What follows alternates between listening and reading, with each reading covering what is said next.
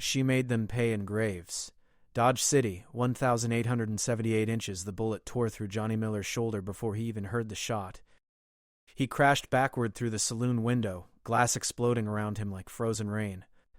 Inside, the poker game continued for exactly 3 seconds before everyone realized the shooter was still standing in the doorway, smoke curling from her revolver. Kate Morrison stood silhouetted against the afternoon sun, her dark hair tied back with a leather cord, her face expressionless as carved stone. The nickname they had given her, $2, came from the bounty she had started with 5 years ago. Now men paid thousands to avoid her, and she collected regardless. Johnny scrambled behind a water trough, blood soaking his shirt. He had been stupid, so incredibly stupid. 3 weeks ago, he had laughed when someone mentioned her name in a card game. He had called her a myth, a story drunks told to scare greenhorns. He had been wrong about many things in his life, but this mistake would be his last.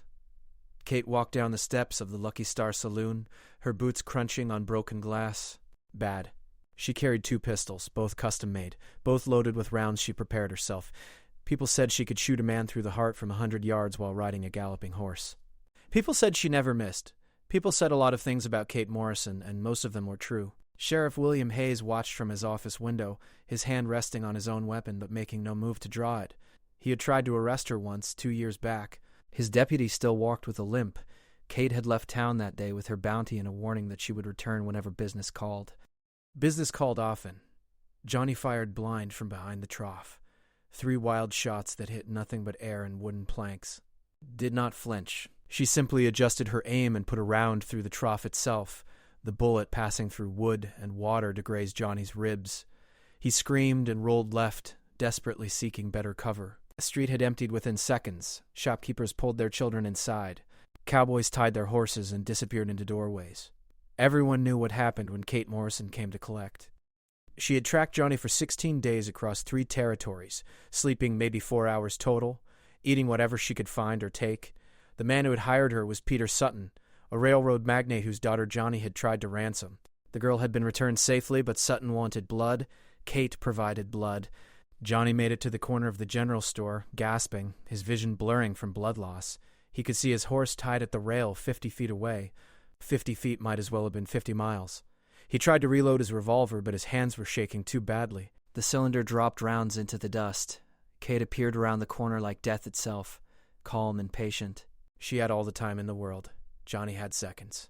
He raised his hands, the empty gun falling from his grip. His voice came out as a wheeze. "Please, I will pay double. Triple. Anything."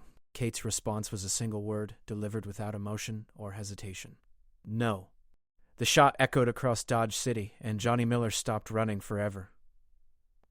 Kate holstered her weapon, checked the body for the proof she needed, and walked toward the marshal's office to collect her payment. $3,000.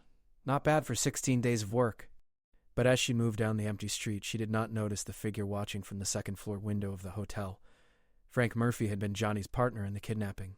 He had stayed hidden while his friend took the heat. Now he watched Kate collect her blood money, and he made a decision that would lead them all towards something far worse than a simple execution in a dusty street. Frank Murphy knew things about Kate Morrison that nobody else did. He knew where she came from. He knew what had made her into the killing machine that now terrified half the frontier, and he knew exactly how to make her suffer before she died. He smiled as he loaded his own rifle, already planning the trap that would bring her back to Dodge City one more time. The trap that would finally end the legend of $2. Part 2 would be different. Part 2 would be war. Kate collected her money from the marshal's office without ceremony. William Hayes counted out the bills with steady hands, though his jaw remained tight. He had never liked bounty hunters, especially ones who operated with Kate's cold efficiency. "This makes 7 in Dodge City this year," Hayes said, sliding the cash across his desk. "People are starting to talk." "Let them talk," Kate replied, folding the money into her saddlebag. "I do not kill anyone without paper." "You know that," Hayes sighed. "Legal does not mean right. These men deserve trials. These men deserve graves." Kate's voice carried no anger, just statement of fact. "The man I killed today helped kidnap a 15-year-old girl. He kept her locked in a root cellar for 8 days while he negotiated ransom. She will probably never sleep through a full night again. So yes, Marshal, he got exactly what he deserved." Before Hayes could respond, his deputy Carl Patterson burst through the door, his face pale with urgency. "Sheriff, we got a problem." Big problem. Hayes stood immediately. What happened? The Colton gang just rode into town, all 12 of them. They are asking for Kate Morrison by name. Kate's hand moved instinctively toward her weapon, then stopped. The Coltons were different. They were not simple criminals or stupid kidnappers. They were a genuine outlaw army, led by the 3 Colton brothers, each one meaner than the last. If they wanted her specifically, something had gone very wrong. Why would the Coltons care about me? Kate asked, though she was already running through possibilities in her mind. Carl glanced nervously between the sheriff and Kate. They say you killed their cousin 3 months back. A man named Danny Colton. They say they are here to make you pay for it in public. Kate closed her eyes briefly, remembering. Danny Colton had been on her list, wanted for murder in 2 states and robbery in 4 more. She had tracked him to a mining camp in Colorado and ended him with a single shot through a boarding house window. Clean work. Professional. She had not known about his family connections, and frankly, she had not cared. How many minutes do I have? Kate asked. They give you 10 to come out? Carl checked his pocket watch. That was 4 minutes ago. Hayes grabbed his rifle from the rack. We will back you up. The law does not bow to threats. Kate shook her head. No. This is my fight. If you get involved, they will burn this town to make a point. The Coltons do not negotiate. They do not compromise, but they do honor one-on-one challenges. It is part of their twisted code. You cannot face 12 men alone, Hayes protested. I will not be facing 12. Kate checked both her pistols, ensuring full cylinders, then reached into her bag for extra ammunition. I will be facing whichever brother thinks he can beat me. The others will watch. If I win, they ride out. If I lose, well, you will have one less problem in Dodge City. Kate, this is suicide. She smiled for the first time since entering his office, a cold expression that held no humor. Marshall, I have been committing suicide every day for 5 years. Today will be no different. She walked out into the street where the sun hung low and heavy, casting long shadows across the dirt road. At the far end, near the entrance to town, 12 horses stood in a rough line. 12 men sat in their saddles, all armed, all watching her approach with predatory interest. The man in the center was obviously the leader. Logan Colton, the eldest brother, had a scar running from his left eye to his jawline, the result of a knife fight in Santa Fe. He was wanted for 11 murders, though Kate suspected the real number was much higher. His brothers, Henry and Martin, flanked him on either side. Equally dangerous, equally cruel. Logan dismounted slowly, his boots hitting the ground with deliberate weight. You killed our blood, he called out, his voice carrying across the empty street. Danny was family. You made his mama cry. Now you pay. Kate stopped 50 paces from the group, her hands hanging loose at her sides. Danny Colton was wanted dead or alive in 6 territories. I took him alive would have meant the same outcome, just slower. I gave him mercy. Logan spat into the dust. You gave him a bullet. Now I give you choice. Walk out of town right now, never come back, and we let you live.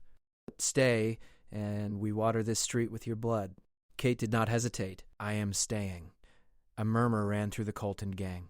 Even hardened criminals respected courage, even if it was stupid courage. Henry Colton laughed, a harsh barking sound. She got spine, Logan. I will give her that. Logan raised his hand for silence. Then we do this proper. You and me. Fast draw. Winner walks. Your deal with that woman. Kate nodded once. Your men stay mounted. They interfere, and every lawman within 100 miles comes hunting. You know the rules. Logan grinned, showing yellowed teeth. I know the rules. He turned to his brothers. Nobody moves. This is between me and $2. Time to see if the legend bleeds. The 2 combatants faced each other across 40 feet of packed earth. The sun continued its descent, turning the sky orange and purple. Somewhere a dog barked. Somewhere a baby cried. Normal life continued in the buildings surrounding this moment of violence, as if death in the streets was just another Wednesday afternoon. Kate emptied her mind of everything except the target. She could see Logan's hand hovering near his revolver, could see the slight tensing of his shoulder muscles that would telegraph his draw. She had done this before, so many times. Some people froze in these moments. Kate became something else entirely. She became purpose. She became motion. She became the bullet. Logan went for his gun. Kate was faster. Her first shot hit Logan in the chest before his weapon cleared leather. The second shot, fired while the echo of the first still hung in the air, took him in the throat. Logan Colton dropped to his knees, blood pouring from both wounds, his gun falling uselessly into the dirt. He tried to speak, managed only a wet gurgling sound, then collapsed forward onto his face. For 3 heartbeats, nobody moved. The Colton gang stared at their fallen leader with expressions of shock and rage. Henry Colton's hand twitched toward his weapon, murder blazing in his eyes. Kate already had both pistols drawn, aimed at Henry and Martin simultaneously. The deal was 1-on-1. Your brother lost. You ride out now or you all die here. Choose. Henry looked ready to risk it, his face twisted with grief and fury. But Martin, the youngest and perhaps the smartest of the 3, grabbed his brother's arm. She beat him fair. We honor the code, or we are no better than animals. Henry shook off his brother's grip but did not draw. His voice came out as a low growl, thick with promise. This is not finished. You hear me. $2. This is not finished. We will meet again. I will be ready, Kate replied. The Colton gang turned their horses and rode out slowly, leaving Logan's body in the street as both warning and memorial. Kate holstered her weapons and walked back toward the marshal's office, her hands surprisingly steady. She had survived. Again. But Henry Colton's words echoed in her mind, and she knew with absolute certainty that this was only the beginning. Inside the Lucky Star Saloon, Frank Murphy watched through a window, his smile widening. Perfect. Everything was falling into perfect alignment. Kate Morrison had just made 11 very dangerous enemies, and Frank knew exactly how to exploit that rage. He would give the Coltons exactly what they wanted, revenge against $2. But first, he needed to set the stage. First, he needed to bring Kate's past into her present. Frank left the saloon through the back door and headed toward the telegraph office. He had a message to send, one that would travel 200 miles east to a town called Blackwood, a town Kate Morrison had not seen in 7 years, a town that held secrets she had buried deep. The telegraph operator, an elderly man named George, took Frank's message and began tapping it out without question. Money bought silence in Dodge City. Money bought cooperation. And Frank Murphy had plenty of money, stolen from a dozen robberies over the past 2 years. The message was simple but devastating. Kate Morrison is in Dodge City. Come collect your debt. It was addressed to a man named Raymond Pike, and anyone who knew frontier history knew that name inspired fear. Pike was a former bounty hunter himself, now retired to a ranch outside Blackwood. But more importantly, Pike was Kate Morrison's father, and Kate had killed her own mother. Kate spent that evening in her boarding room, cleaning her weapons and trying to ignore the hollow feeling in her chest. Killing Logan Colton had been necessary, justified, legal, but it had also complicated everything. The Coltons would not forget. They would not forgive, and they had resources that most outlaws could only dream about. A knock at her door interrupted her thoughts. She drew her pistol and positioned herself to the side. Who is it? Marshal Hayes. I am alone. Kate opened the door cautiously, weapons still drawn. Hayes entered, his face grave. We need to talk about what happens next. I know what happens next. I leave town in the morning. Let things cool down for a few months. Hayes shook his head. That might not be enough. I just got word from my contact in Clayton. The Coltons have sent out notices to every gun for hire between here and El Paso. $5,000 bounty on your head, no questions asked. Kate felt something cold settle in her stomach. $5,000 was serious money. That would bring every desperate, greedy killer within 500 miles. She was good, maybe the best, but nobody could survive that many hunters indefinitely. There is more, Hayes continued. The bounty specifies you have to be brought in alive. They want you to suffer before you die. Kate sat down on her bed, mind racing through options. Running would only delay the inevitable. Fighting would mean becoming the hunted instead of the hunter, a role reversal she had never experienced. There was a third option, one she had avoided for years. She could disappear completely, abandon everything, and start over with a new name in a new territory. But even as she considered it, she knew she would not. Kate Morrison had been running from her past for too long. Maybe it was time to stop running and face everything she had been avoiding. Maybe it was time to return to Blackwood and confront the ghosts she had left behind. I need a favor, Kate said finally. Name it. Send a telegram for me. To Raymond Pike in Blackwood. Tell him his daughter is coming home. Hayes studied her carefully. I have heard stories about you and Pike. Are you sure this is wise? No. But wisdom left my life a long time ago. Now I just deal with necessity. After Hayes left, Kate lay on her bed and stared at the ceiling, memories flooding back unbidden. She had been 17 when she pulled the trigger.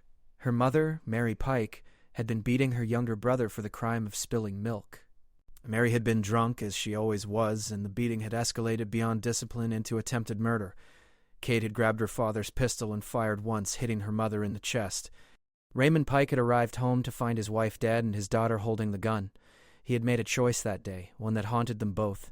He had told Kate to run, to disappear, to never come back. He had reported the shooting as a robbery gone wrong, protecting his daughter from the law but severing their relationship forever. Kate had become a bounty hunter because she understood that some people deserved to die. She had become good at it because she had no fear of death herself. Every man she killed was justice for someone, vengeance for victims who could not fight back. It was the only way she could live with what she had done. Now, 7 years later, she would face her father again. She would ask for his help against the Coltons. And maybe, just maybe, she would finally find some kind of peace with her past. But as Kate drifted toward an uneasy sleep, Frank Murphy was already setting the next phase of his plan into motion. He had arranged a meeting with Henry and Martin Colton at an abandoned ranch 5 miles outside of town. They would arrive at midnight, hungry for revenge and desperate for any advantage against the woman who had killed their brother. Frank would give them that advantage. He would tell them everything about Kate Morrison, every weakness, every secret, every buried pain. And, in doing so, he would transform a simple bounty hunt into something far more personal and devastating. The war for Dodge City was about to begin, and Kate Morrison stood at the center of a storm that would leave dozens dead before it ended. The legend of $2 would be tested beyond anything she had faced before, and the question remained whether the woman behind the legend could survive what was coming. Kate left Dodge City before dawn, riding hard toward Blackwood with 2 spare horses and enough supplies for a week on the trail. The journey would take 4 days if she pushed hard and avoided trouble. Avoiding trouble seemed unlikely given the bounty on her head and the number of desperate men who would try to collect it. She made good time the first day, covering nearly 40 miles before stopping to rest near a small creek. But the land here was open prairie, offering good visibility in all directions, making ambush difficult. Kate built no fire, ate jerky and hardtack, and slept with one hand on her revolver. The attack came at dawn on the second day. Kate woke to the sound of horses approaching from the west, at least 4 riders moving fast. She rolled from her bedroll and took cover behind a rocky outcrop, both pistols drawn. The riders came into view moments later, spreading out as they spotted her campsite. They were young, probably early 20s, wearing mismatched clothes and carrying weapons that looked expensive. Bounty hunters with more greed than sense. The leader, a blond kid with a wispy mustache, called out from 50 yards away. "Kate Morrison, we know it is you. Come out peaceful and we will make this quick." Kate did not waste breath on responses. She took careful aim and put a bullet through the leader's shoulder, dropping him from his saddle with a scream. The other 3 scattered, seeking cover behind scrub brush and shallow depressions in the ground. "Amateur hour," Kate muttered, tracking the second rider through her sights. These were not professional hunters. They were kids who had seen the bounty notice and decided $5,000 was worth dying for. She would try not to kill them if possible, but she would absolutely leave them unable to follow. The second shot hit a rider in the thigh, sending him tumbling. The third and fourth riders opened fire wildly, their bullets coming nowhere close to Kate's position. She waited patiently for them to empty their cylinders, counting shots, then emerged from cover and advanced on their positions. "Leave now," she commanded, her voice carrying across the prairie. "Take your friends and ride back to whatever town spawned you. This is your only warning." One of the remaining riders, braver or stupider than his companion, stood up with a rifle. Kate shot the weapon out of his hands before he could aim, the bullet striking the barrel and sending the rifle spinning away. The kid stared at his stinging palms in shock, then at Kate, then turned and ran for his horse. The last bounty hunter raised his hands immediately. "Please do not shoot. We were just trying to make money." "We did not know you were this good." "Now you know," Kate replied. She kept her weapons trained on the group as they gathered their wounded and struggled onto their horses. The blond leader, clutching his bleeding shoulder, glared at her with impotent rage. "This is not over," he spat. "Others are coming." "Better than us. They always are," Kate said. She watched them ride away, then quickly broke camp and continued east. The encounter had cost her 30 minutes and revealed what she had already suspected. The bounty was drawing every fool with a gun out of the woodwork. She needed to reach Blackwood, and fast. By midday, she had crossed into rougher terrain, following a narrow trail through rocky hills covered in pine trees. The landscape here offered better concealment but also increased danger. Anyone could be waiting around any turn, hidden in the trees or perched on the high rocks above. Kate's instincts proved correct when her lead horse suddenly reared, spooked by something ahead. She dismounted instantly and led all 3 animals off the trail into a dense stand of pines. Moving quietly through the undergrowth, she circled around to get a view of whatever had frightened her horse. A rope stretched across the trail, barely visible, positioned at perfect height to catch a rider in the chest. A classic ambush setup. Kate scanned the surrounding area and spotted 2 men positioned on a rocky ledge overlooking the trap. They were older than the morning's attackers, more patient, better positioned, professional hunters.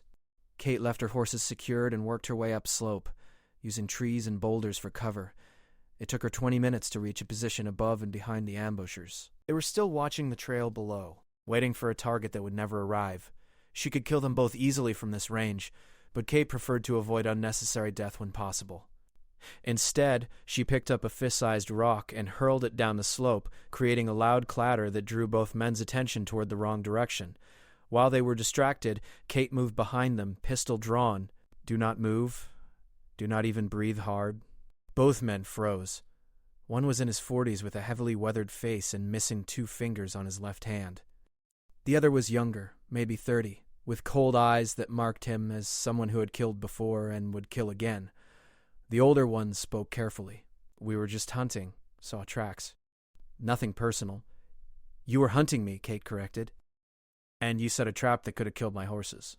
That makes it personal." "What do you want?" the younger one asked. "You going to shoot us?" Kate considered.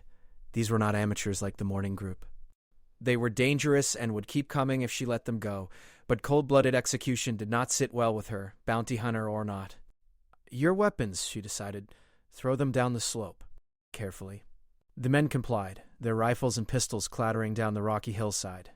Kate had them remove their boots next, then their ammunition belts. Finally, she cut their saddle girths with her knife, ensuring their horses would be useless for fast pursuit. "Walk south for 10 miles, she instructed. "There's a town called Riverside. By the time you get there and get new equipment, I will be long gone. Come after me again, and I will not be merciful." "The 5,000 is too much," the younger one said. "You could have 10 times that and bounty hunters on your trail within a week." "Then they will all face the same choice you are facing now," Kate replied. "Walk away or die." She watched them limp away in their socks, then returned to her horses and continued eastward. The encounters were slowing her down and burning mental energy she would need later. If this continued for 4 more days, she would be exhausted before reaching Blackwood. That evening, Kate spotted a small ranch house in a valley below her position. Smoke rose from the chimney, and she could see a woman hanging laundry while 2 children played nearby. Normal life, peaceful and simple, everything Kate had given up when she pulled the trigger 7 years ago. She was about to ride past when she noticed 5 horses tied at the ranch's fence, all carrying saddles that did not match the modest property. More bounty hunters, but these ones had chosen a poor target for information or supplies. Kate had a decision to make. She could keep riding, letting whatever happened at that ranch unfold without her involvement. Or she could intervene knowing it would cost her time and possibly her life. The old Kate would have ridden on. The woman she had become, the one who hunted bad men for bounty, could not ignore innocence in danger. She checked her weapons, counted her ammunition, and started down the slope toward the ranch. Through the window, she could see the 5 men inside, crowded around a table holding the family at gunpoint. The woman was crying, her husband bleeding from a head wound, the children huddled in the corner. Kate left her horses 100 yards from the house and approached on foot, using the barn for cover. She could hear voices through the thin walls, one man demanding information about Kate Morrison's location. "She came through here yesterday," the rancher was saying, his voice shaking. "She watered her horses and left. I do not know where she went." "You are lying," a gruff voice responded, followed by the sound of a blow and a woman's scream. Kate had heard enough. She circled to the back door, tested it quietly, found it unlocked. The bounty hunters were focused on the family, confident in their numbers. Fatal mistake. Kate entered fast and silent, her pistols tracking targets before anyone registered her presence. She shot the man threatening the woman through the shoulder, then put a round into the knee of the one closest to the children. Both dropped, screaming. The remaining 3 spun toward her, reaching for weapons. "Move and the next 2 die," Kate announced, her voice cutting through the chaos. The 3 men froze, hands hovering near their holsters. They were older, scarred, dangerous looking. But Kate had the advantage of surprise and position, and they knew it. "One by one, drop your guns," she ordered. They complied, the weapons hitting the floor with heavy thuds. Kate kept her aim steady, watching for any sudden movement. The wounded men were no longer threats, writhing on the floor and clutching their injuries. "You," she said, gesturing to the rancher. "Take your family upstairs. Lock the door. Do not come down until I call for you." The rancher did not argue, gathering his wife and children and disappearing up the stairs. Once Kate heard the bedroom door close and lock, she turned her attention back to the bounty hunters. "Here's how this works," she said. "You tell me who put you onto this family, and I let you walk out of here. You refuse, and I make sure you never hunt anyone again." The largest of the three, a bear of a man with a black beard, spat on the floor. "We heard about the bounty in Clayton. Thought we would track you before heading to Dodge City. Nobody put us on this family.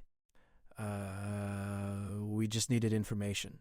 And you thought threatening children was the way to get it," Kate said coldly. "We were not going to hurt them," another one protested, younger with nervous eyes. "You already did hurt them. You terrorized a family in their own home.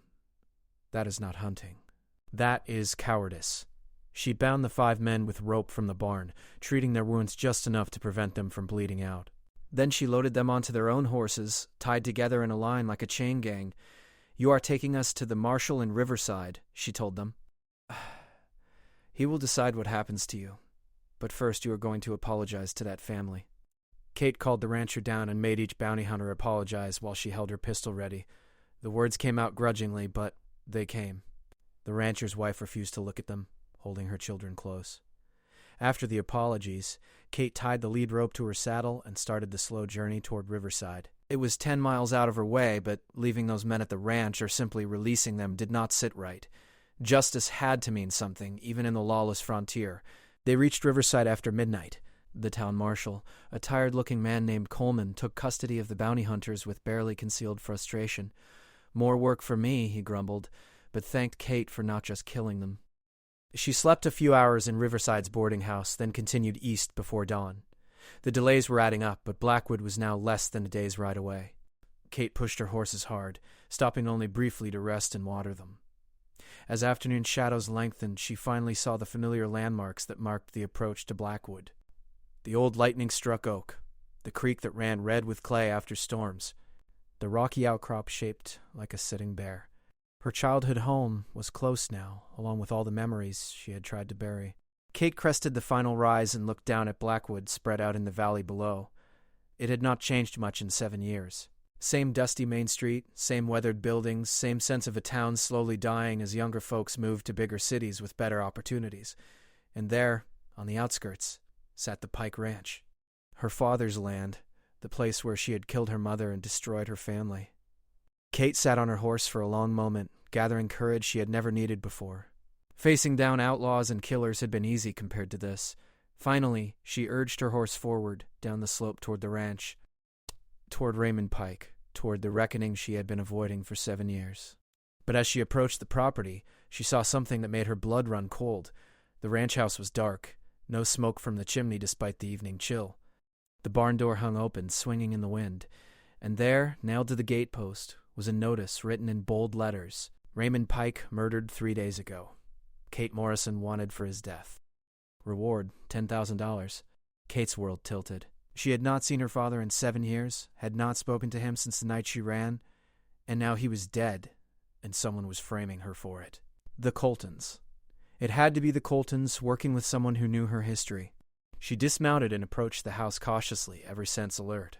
The door stood ajar. Inside, the house had been ransacked, furniture overturned, belongings scattered, but there was no body, no blood, nothing to indicate where Raymond Pike might actually be. Kate searched quickly and thoroughly, finding nothing useful until she checked her father's bedroom. There, tucked under his mattress, she found a letter addressed to her in his handwriting. Her hands shook as she unfolded it. "Kate, if you are reading this, then they got me. Man named Frank Murphy came through town asking questions about you. Said he wanted to hire you for a job. I knew he was lying, could see it in his eyes. I sent him away, but he came back 3 days later with help. They took me, Kate. I do not know where, but I heard them mention an old mining camp in the Blackstone Hills. They are using me to trap you. Do not come. You hear me. Do not trade your life for mine. I made my choice 7 years ago to let you live. I stand by that choice. But if you are stubborn like your mother and come anyway, know this. I never blamed you. Not for one single day. You saved your brother's life. You did what needed doing.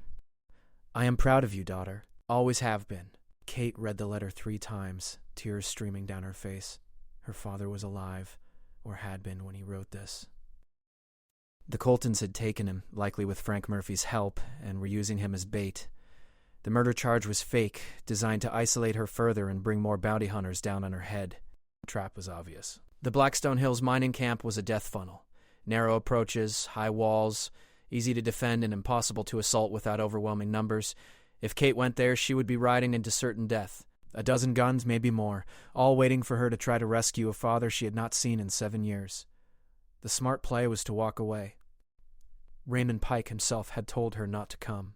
She could disappear, change her name, start over somewhere the Coltons would never find her.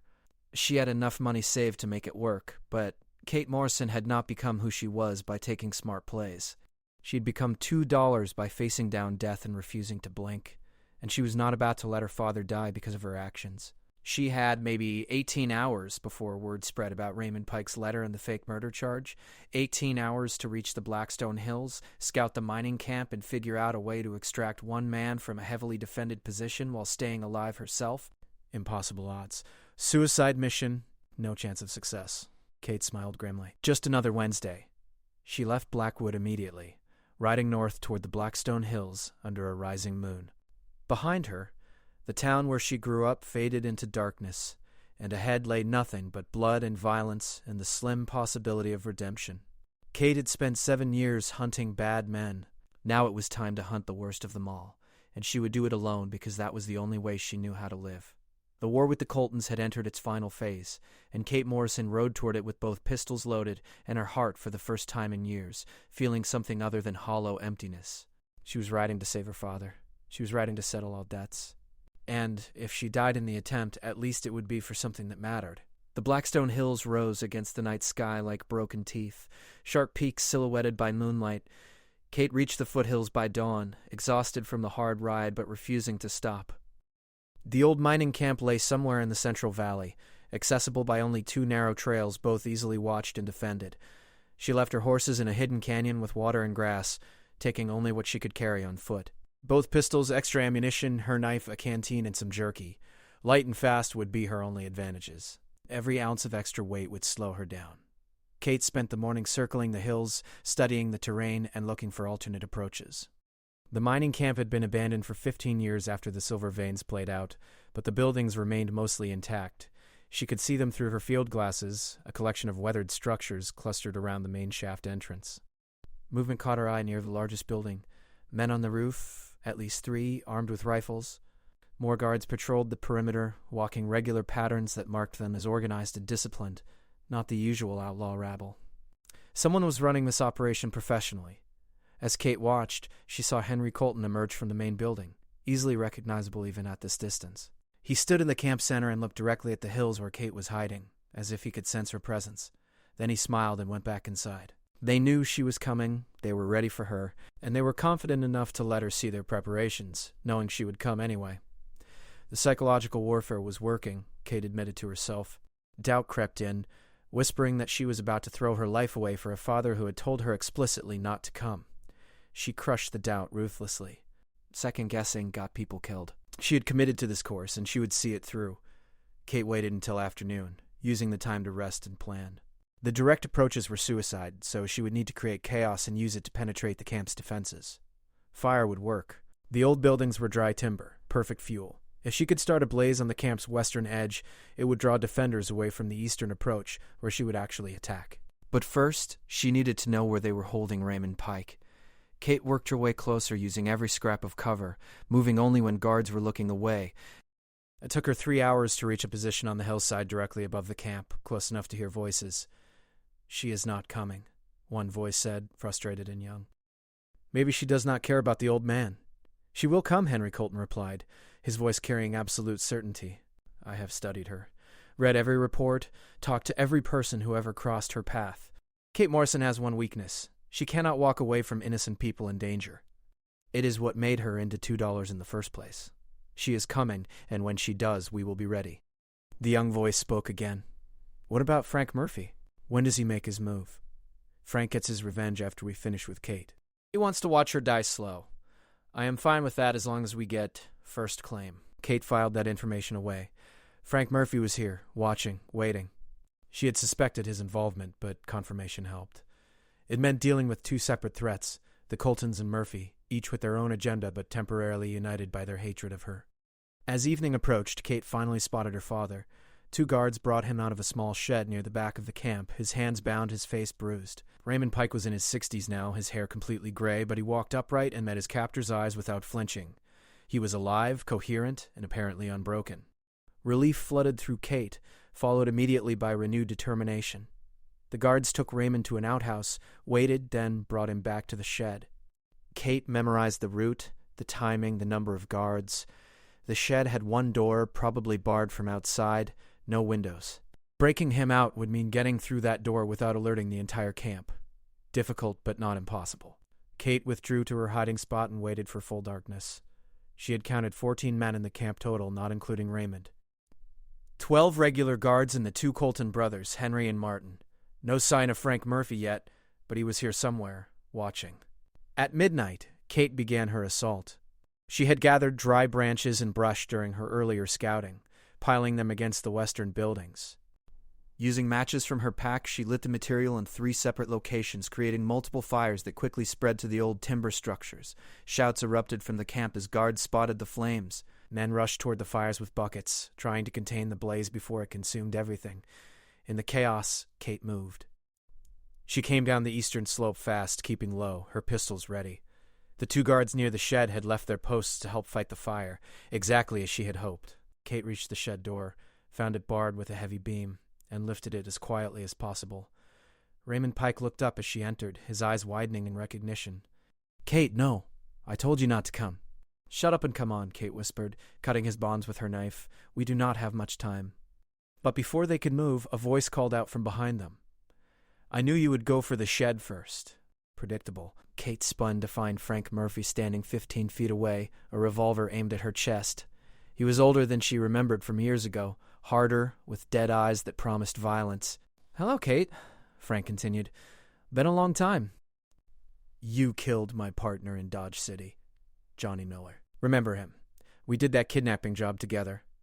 But you only went after Johnny and I got away clean, until now." "I will kill you just as dead," Kate replied, calculating angles and distances. She could draw and fire, but Murphy's weapon was already out and aimed. She would have to be faster than she had ever been. Maybe Frank said, "But first you are going to watch your daddy die. Then I am going to take my time with you. The Coltons get their revenge and I get mine. Everybody wins. Except you." He gestured with his gun toward the door. "Move, both of you, out to the center of camp where Henry can see." Raymond spoke up, his voice steady despite the circumstances. "Son, you do not want to do this. Kate has killed more men than you have years of living. Let us go, and you might survive the night." Frank laughed harshly. "Old man, I have been planning this for months. Everything is exactly where I want it. Your daughter is trapped, outgunned, and about to suffer like she made me suffer watching my partner die." Kate met her father's eyes, saw understanding pass between them. Raymond gave the smallest nod. He was ready to fight, even bound and beaten. Together they might create enough chaos to escape. It was a desperate plan, but desperation was all they had left. Kate moved first, diving left and drawing her pistol in one fluid motion. Raymond threw himself at Frank, grabbing for the gun. Frank's shot went wide, punching through the shed wall. Kate fired twice, both rounds hitting Frank in the chest. He went down hard, blood spreading across his shirt, but the shots had alerted everyone. Shouts came from multiple directions as guards abandoned the fires and converged on the shed. Kate grabbed Raymond's arm and pulled him toward the eastern edge of camp, toward the narrow trail that led into the hills. They made it 20 feet before bullets started flying.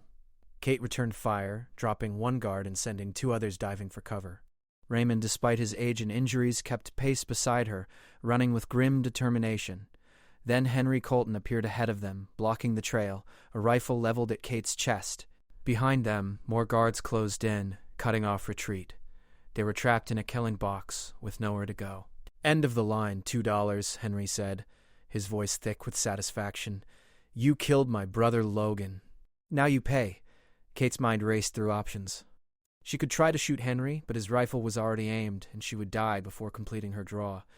She could try to negotiate, but the Coltons did not negotiate. She could try to shield Raymond, but that would just delay the inevitable. Then Raymond Pike did something Kate never expected. He stepped in front of her, placing himself between his daughter and Henry's rifle.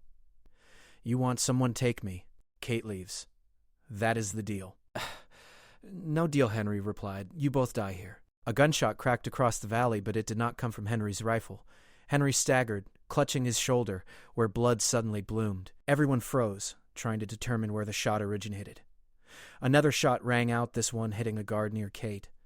Then another, and another, a sustained barrage from the hills above the camp. Someone was providing covering fire, a skilled shooter with a good rifle and excellent position. "Move!" a voice shouted from above. Kate recognized it instantly. Marshal William Hayes from Dodge City. He had followed her, brought help, and was now giving them the only chance they would get. Kate grabbed Raymond and ran, pulling him toward the trail while Hayes's rifle kept the Coltons and their men pinned down. Bullets zipped past them, close enough to feel the wind of their passage. Kate returned fire over her shoulder, not aiming carefully, just trying to discourage pursuit. They reached the trail and scrambled upward, loose rocks sliding beneath their boots. Behind them, the camp erupted into chaos as more gunfire came from different positions. Hayes had not come alone. He had brought a posse, and they were laying down serious firepower. Kate and Raymond climbed for 15 minutes before Hayes appeared beside them, breathing hard. His deputy, Carl Patterson, emerged from behind a boulder, along with 3 other men Kate recognized as deputies from neighboring towns. "What are you doing here?" Kate gasped, her lungs burning from the climb and the altitude. "Saving your ungrateful hide," Hayes replied. "Did you really think I would let you ride into a trap alone? I sent telegrams to every marshal I trust, called in every favor I had. We have been tracking you since you left Dodge City." "You should have stayed out of this." "Probably," Hayes agreed. "But I am too old to change my ways now. Come on. We need to get further into the hills before they organize pursuit." The group moved quickly through the darkness, following trails only Hayes and his deputies seemed to know. Behind them, voices called out in the mining camp organizing a search party. But in the rough terrain at night, pursuit would be difficult and dangerous. They made camp in a defensible position near dawn, posting guards and finally allowing themselves to rest. Raymond Pike sat with his back against a rock, looking at his daughter with an expression Kate could not quite read. "You should not have come," he said quietly. "You are welcome," Kate replied. "I mean it. I told you in the letter not to throw your life away for me, and I ignored you." Kate sat beside him, "Just like I always did when you told me not to do something." Raymond smiled slightly. "True enough. You were always stubborn. Got that from your mother." The mention of Mary Pike hung between them, the ghost neither had acknowledged in 7 years. Kate took a breath and spoke the words she had been holding since that terrible night.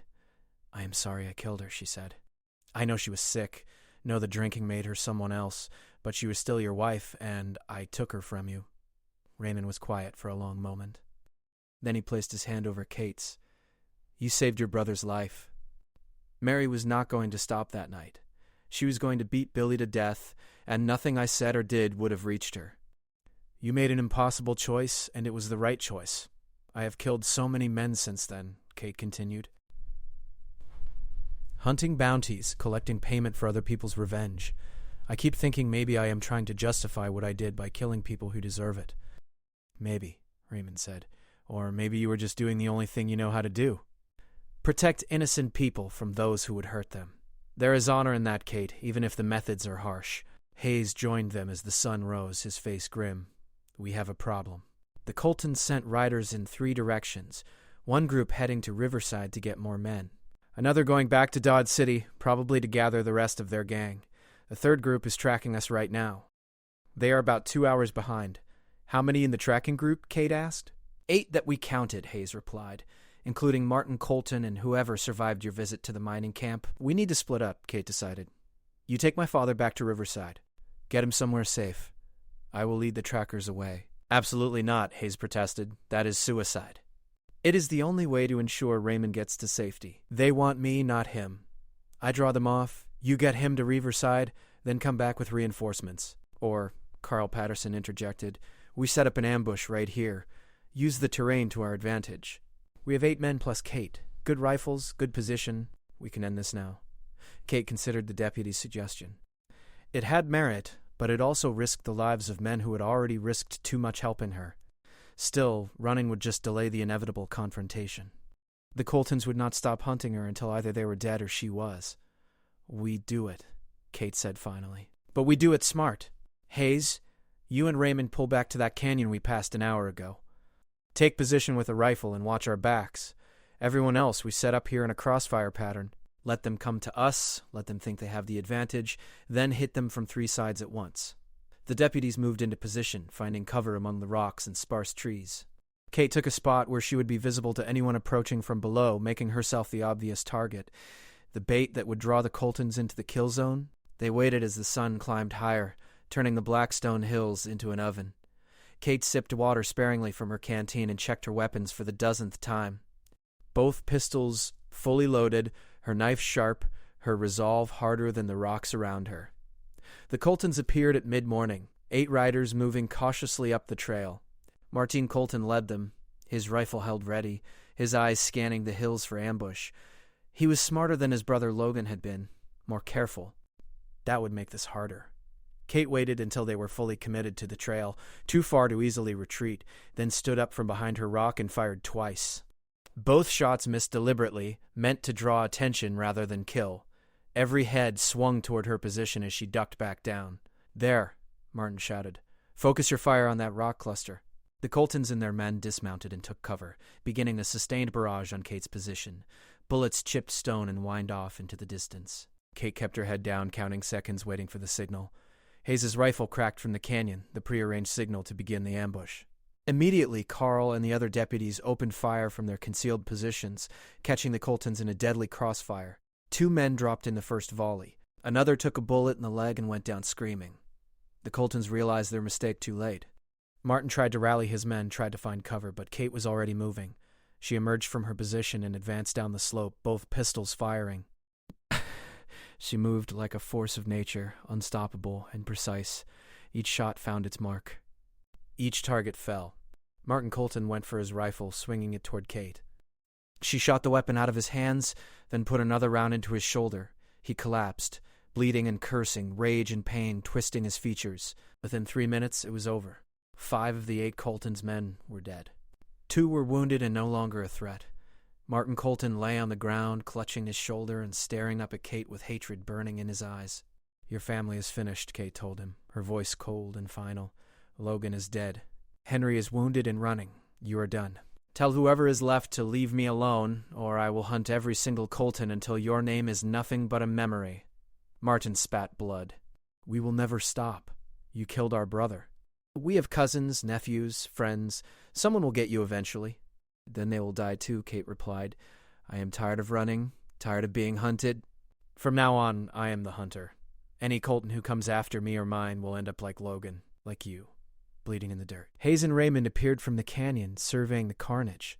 The marshal's face was grim but satisfied. "That should end it. Once word spreads about what happened here, the bounty hunters will back off. Nobody wants to face you after this." But Kate was not so sure. She had been in this business long enough to know that legends cut both ways.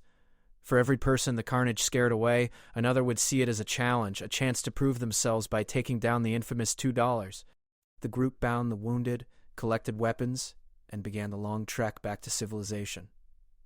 Kate walked beside her father, neither speaking much but comfortable in the silence. 7 years of separation had not erased the bond between them, had not diminished the unspoken understanding that came from shared blood and shared tragedy.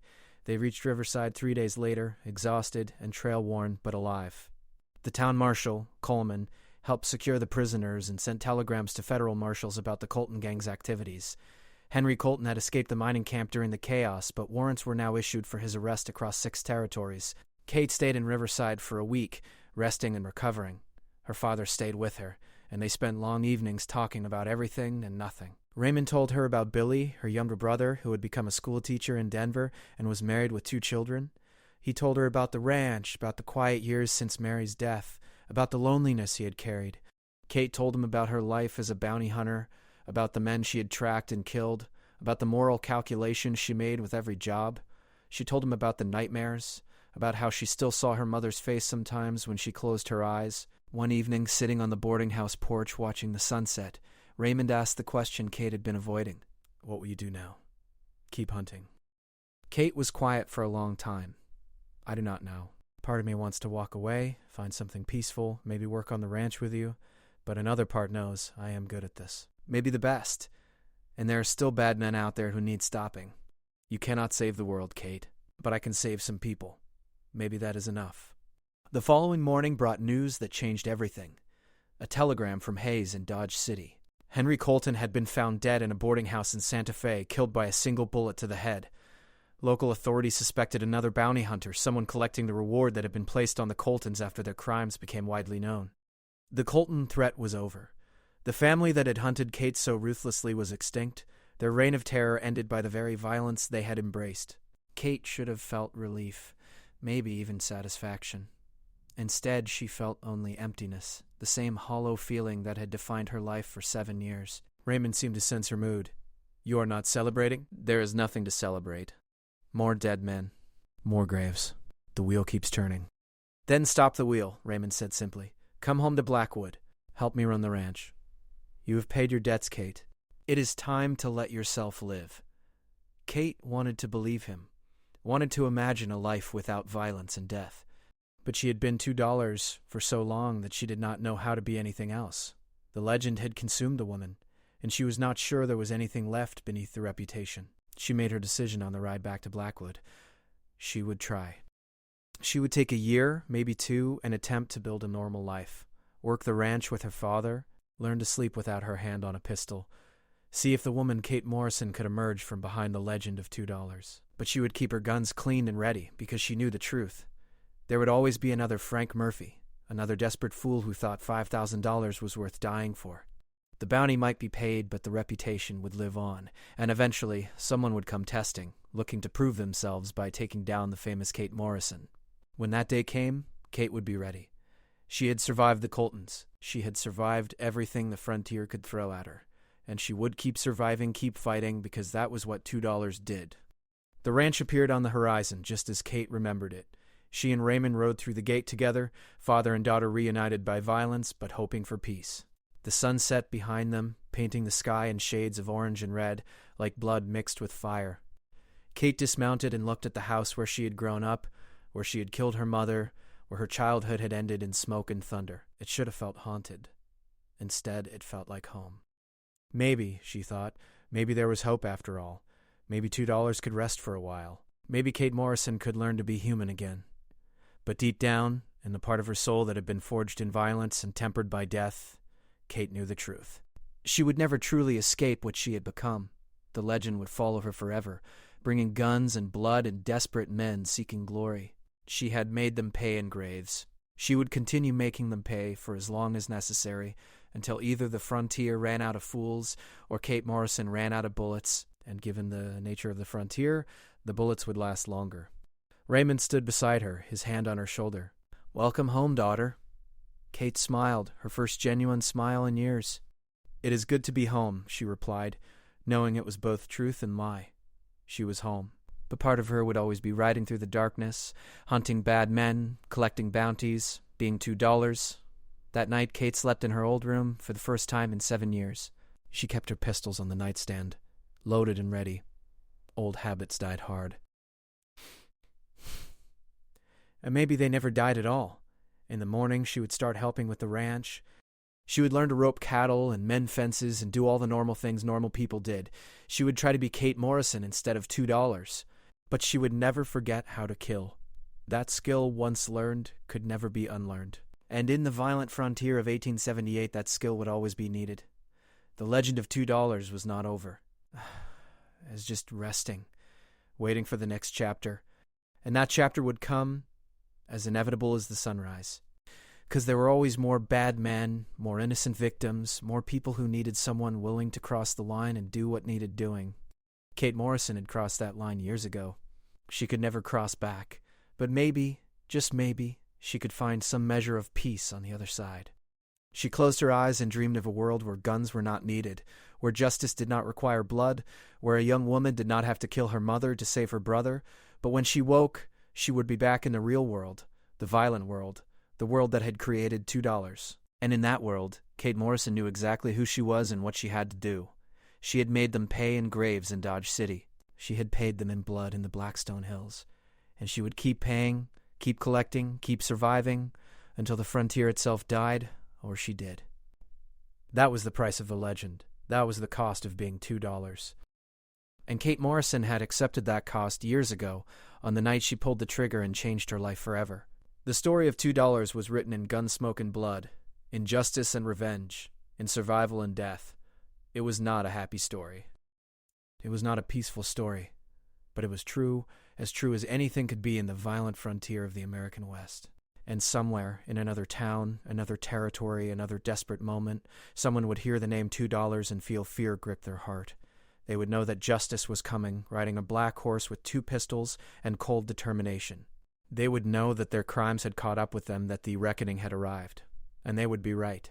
Because Kate Morrison, the woman they called $2, never stopped hunting. She never stopped fighting. And she never, ever missed. The frontier was a hard place that made hard people. Kate Morrison was the hardest of them all, forged in tragedy and tempered by violence into something both terrible and necessary. She was the bounty hunter who became a legend. She was the legend who remained human. She was $2, and her story would echo through history long after the frontier was gone and the Wild West was nothing but memory. But that was tomorrow's concern. Tonight, Kate Morrison slept in her childhood bed, her father alive and safe down the hall, her past and present finally reconciled. Tomorrow would bring new challenges, new threats, new battles. But tonight, for the first time in 7 years, Kate was home, and that was enough.